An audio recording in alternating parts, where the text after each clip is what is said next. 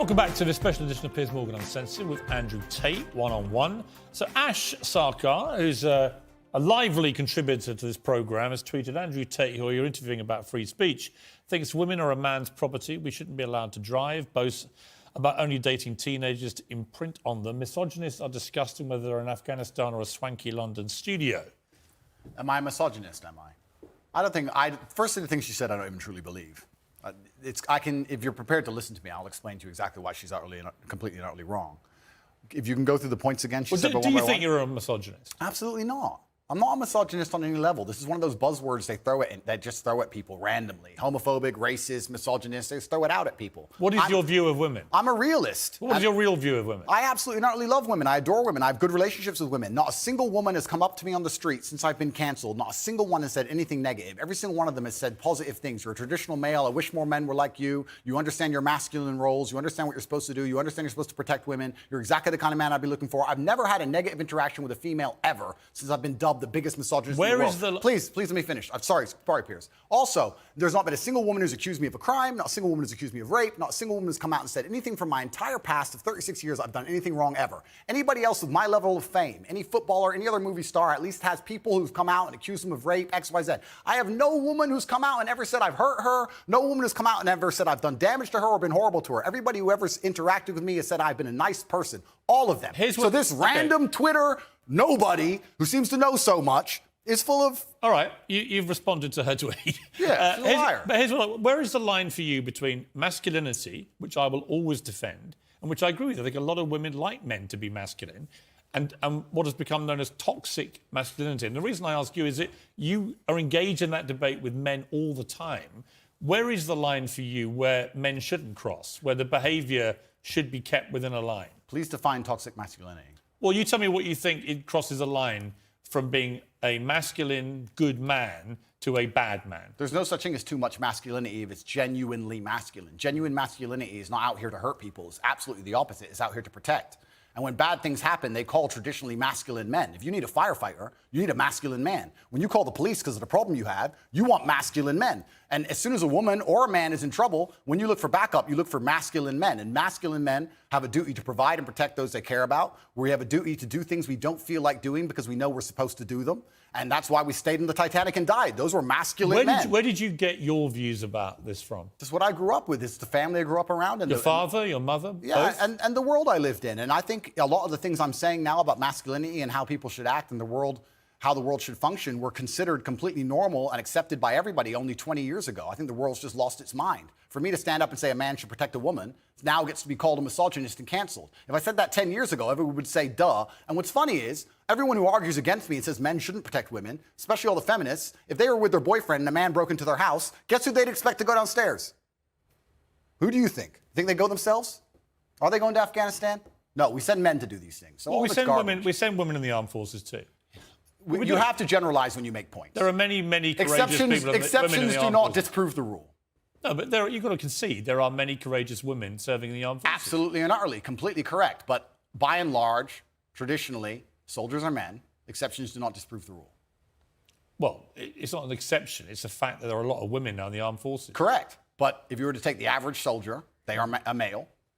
If you're allowed to say who's a male and who isn't nowadays, I'm assuming their gender, I apologize. If you were to take the average soldier, they're a male, which means that exceptions are the female soldiers, because there's a lower percent of them, a lower probability. Exceptions do not disprove the rules. Men do the fighting. Right now in Ukraine, men cannot leave. Women are allowed to leave because men have to fight in the front line and women are allowed to go to Dubai. That is how it is. What do you say to young men who come to you for advice, who feel lost, who don't really know where they fit into society? I say that life as a man is exceptionally difficult. I say the most beautiful and the most terrifying thing about being a man is you're born without value. Society doesn't care about you. You're only going to be cared about based on how useful you are. You have the chance to build yourself up and become a superhero if you're prepared to do the hard work and be indefatigable enough to never quit. But if you're going to stand around and wait for a handout, nobody's going to ever respect you. And I think that a lot of people have forgotten about how difficult and how competitive it is as a man. We're always in constant competition with each other. And it's your duty as a man to stand up and say, I want to be as important and strong and good-hearted and God-fearing as possible. And I need to work hard to achieve those things. Dame Sheila Hancock says we've become too over-emotional as a society, crying too much about everything. Has she got a point? She's completely right. And the dangerous thing about overly emotional men is that they're dangerous. They're genuinely dangerous. This is what's crazy. All these people who talk about toxic masculinity and how bad it is for men to be traditionally masculine. A traditionally masculine man does things he doesn't feel like doing because it is his duty to do them. He charges into the building because it is his duty. Not because he feels like it, because it is his duty. We're now teaching the new generation of men that they don't have duty and they can just act on their feelings and act how they feel, and they don't have to act as a man should. Do you know what happens when you get men who just act how they feel? You get school shooters, you get violence, you get rapists. Men who do not control their emotions are dangerous. If you find a man who is stoic, he's not going to hurt people. He's going to sit and think about his actions very carefully, and he's going to be a good man who protects and provides for his family. You find a man who just acts out on impulse and does whatever he feels like, you're going to find a dangerous man. Sitting here telling men to cry more and act with their feelings, and it's okay to feel this way, that way, etc., and have no self-control. That is why we have the problems we have in the world. Absolutely and utterly wrong. So when they talk about toxic masculinity, they have it completely inversed on its head, completely and utterly wrong. We need to be teaching stoicism. We need to be teaching young men to understand that the world is very, very difficult. It's hard to be a man. You're going to feel bad sometimes. You just suck it up and perform anyway. Not to sit there and cry your eyes out or blame other people. Tough or being a cop woman out. too in modern society. It's certainly tough being a woman, but I'm not a woman, so why would I speak on issues I do not understand? I'm a man. You can feel an empathy for women. I feel empathy, certainly, but I do not understand their issues. See, a lot of men come up to me and they admire you. I've got to say, a lot of women I've spoken to don't admire. They think you represent misogyny. They think when they hear you not commit to saying the Taliban shouldn't be banning women from university education, well, why can't he just say that's wrong? Well, firstly, that's not my experience. I experience the absolute and utter opposite of that.